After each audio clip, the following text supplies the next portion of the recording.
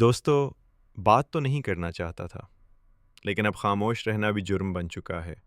ہر دفعہ وہی کہانی، وہی ذمہ دار، وہی وعدے، اور پھر سب کچھ بھلا دیا جاتا ہے۔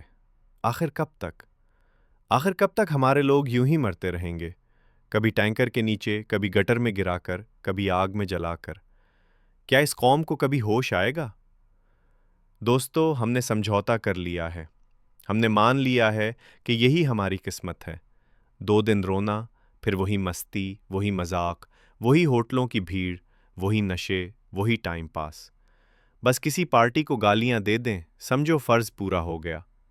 لیکن میرے پیارے دوستو، جس پر گزرتی ہے اصل درد وہی جانتا ہے۔ میں نے ان لوگوں سے بات کی ہے جن کا مالی یا جانی نقصان ہو چکا ہے۔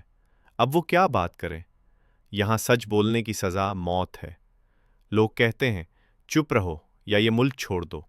سچ بولنا ہے تو آواز نیچی رکھو، ورنہ تمہارا انجام بھی وہی ہوگا جو پہلے سچ بولنے والوں کا ہوا۔ اصل مسئلہ یہ ہے دوستو، اگر ہمارا گھر کسی گندے نالے کے پاس ہو تو ہمیں بدبو کی عادت ہو جاتی ہے۔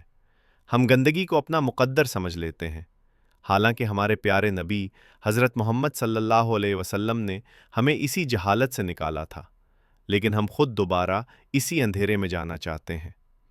میں نے بہت پہلے اپنی پوڈ کاسٹ میں کہا تھا، یہ آگ کا سلسلہ نہیں رکے گا۔ آج یہاں لگی ہے، کل کہیں اور لگے گی۔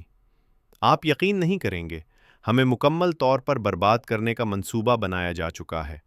شہر جلانے کی پلاننگ ہے، معیشت تباہ کرنے کی سازش ہے، لوگوں کو مارنے کا کھیل ہے۔ بس اللہ کی مدد ہمارے ساتھ ہے، اسی لیے ہم ہر بار بچ جاتے ہیں، ورنہ نیت تو پورا شہر جلانے کی ہے۔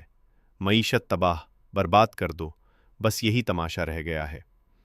دوستو، ہر دن نیا حادثہ، ہر اخبار نوحہ ہے، ہر خبر غمگین ہے۔ یوں لگتا ہے جیسے خوشی نے اس سرزمین سے ہجرت کر لی ہو اور غم نے مستقل قیام۔